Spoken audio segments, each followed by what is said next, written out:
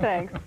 In commentary, civil rights leader Jesse Jackson recently visited Cincinnati. He is surely a voice for the poor, but will mainstream America pay any attention?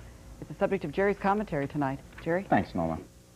We have to listen. I didn't say we have to agree, but we have to listen. We have to respond. We have to hear what he's saying, because he's the only national politician left who talks to those who have nothing to do with the system or the suits who run it. The president motorcades through L.A. Clinton says what he's going to do, and Perot at least suggests that he's working on an answer. But as sincere as these guys might be, to the folks on the streets and in the ghettos and on the unemployment line, living poor, real poor, to them it's all a bunch of words and promises never kept. It's just election time, so the rhetoric flows, but not the commitment, and certainly not the money. Cynicism rages in America's inner cities. I mean, just a rumor of a police shooting started a riot in Minneapolis.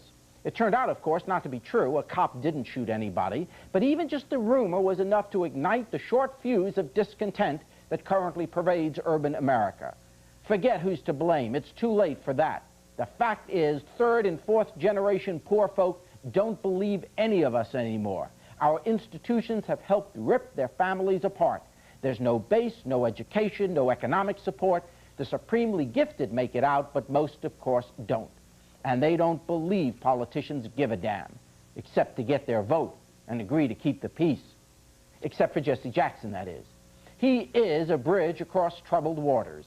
The disenfranchised do listen to him because he really does listen to them, and he hears their cries.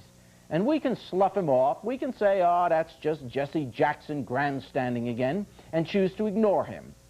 But if we do so at our own peril. We ignore a gifted voice and a valuable conduit to a part of America we haven't let in. Simply put, if we don't find room for Jesse Jackson and the forgotten and alienated Americans he represents, if we chase these folks out of the system, what avenue is left for them to vent their anger?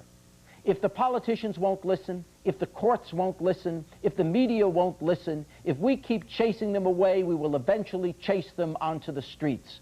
And then suddenly we'll cry, oh, Jesse, could you help us? But then it'll be too late, even for him. Maybe we ought to listen to him now. Some of the things he says seem kind of funny, but not listening to him's a riot.